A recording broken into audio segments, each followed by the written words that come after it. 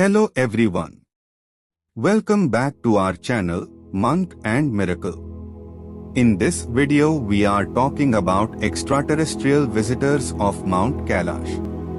And this is adopted from spiritual master Sri M. life journey, when he was lived in Himalayas. On one side of Mount Kailash was a deep gorge where I landed smoothly. It was the annual pilgrimage season, and I saw pilgrims performing the circumambulation, some on foot, others on horses. Yaks, loaded heavily with luggage, walked beside them. I knew I was invisible. In the gorge where I landed, there was no one to be seen. I was wondering where Babaji was, when I noticed a fairly large crevice in the rock to my left. As I tried to peer into it, I found myself slipping through it and entering the mouth of a cave. The cave stretched deep into the cliff and was lit by a dim violet glow from some unknown source. I kept going in until I came to a circular chamber where the cave ended. My astral heart skipped a beat. Seated in front of a dhuni, sacred fireplace, was Babaji. Facing him, and on the other side of the fire, was an old Tibetan monk in russet and yellow robes. As soon as I set my eyes on Babaji, I prostrated full length on the floor. When I sat up, Babaji chuckled and said, "I can see you, but remember no one else can. You are not in your physical body." "Oh," I said, "I forgot. Shall I prostrate to the venerable monk? Can he see me?" "No," Babaji said, "he can't, but you should prostrate." I looked at the monk. For a moment, a puzzled expression appeared on his face. He was probably wondering what was going on, for he could not have heard my voice. It was as if Babaji was talking into thin air. Babaji then explained to him, and he nodded.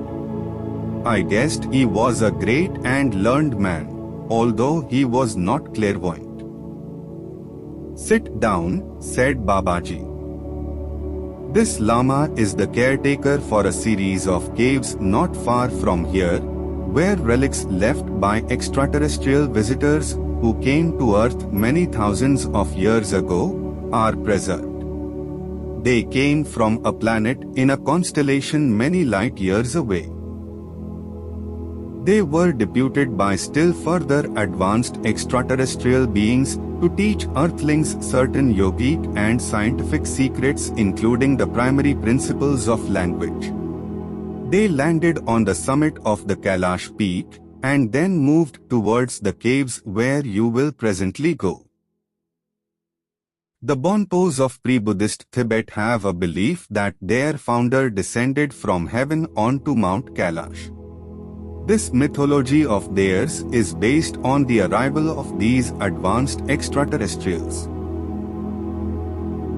7 of them, the Sapta Rishis, landed here.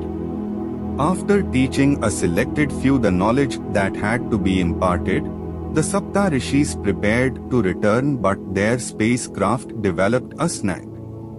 They had to stay for a while, until help came from their realm.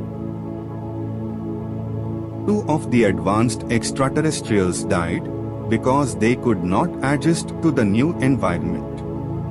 Eventually, the mechanics who arrived set the aerial vehicle right, and they departed, leaving behind their dead. The dead Sapta Rishis were now perfectly mummified to be viewed by special individuals from future generations. Soon we reached a large circular cave with small passages leading to smaller caves. It was lit by a beautiful cool violet light that came from a cavity on the roof. A number of strange devices were placed in glass containers all along the walls of the cave. The violet light, said Babaji, is powered by nuclear energy and left here by the visitors from outer space. The technology used is yet undiscovered by our scientists. It is supposed to be lit for another 100 years, after which the intensity may reduce. Babaji pointed out to the various microscope and telescope-like devices in the glass cases and explained about them. They were all precision instruments brought by the extraterrestrials for various purposes.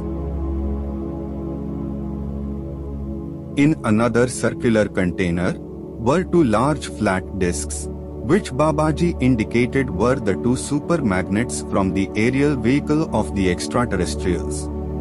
It was because these discs had malfunctioned that they had to remain for a long time on Earth waiting for replacements from their home planet.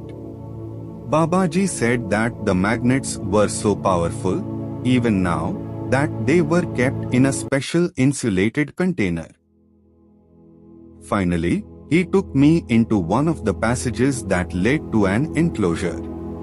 Inside were two glass coffins that contained perfectly mummified bodies of the two beings that had expired due to being unable to withstand the changed environment on Earth. They were almost 10 feet in height, were fair in complexion, almost milk white, and had beautiful features.